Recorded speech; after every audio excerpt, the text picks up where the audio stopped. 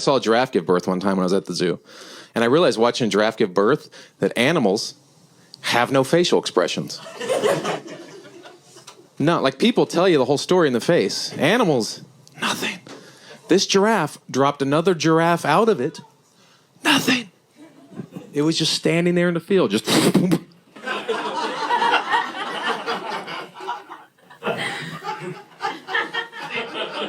Nothing. Then the newborn baby giraffe falls 8 feet out of the mommy giraffe. She's like...